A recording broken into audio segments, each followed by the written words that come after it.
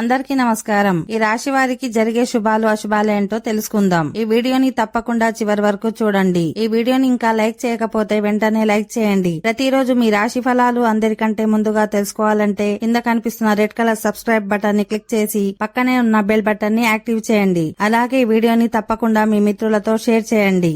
ఈ రాశి వారికి ఈ రోజు పనిలో ఓపికగా ఉండాలి. ఎందుకంటే తొందరపాటుతో చేసే పని వల్ల మీకు హాని కలుగుతుంది.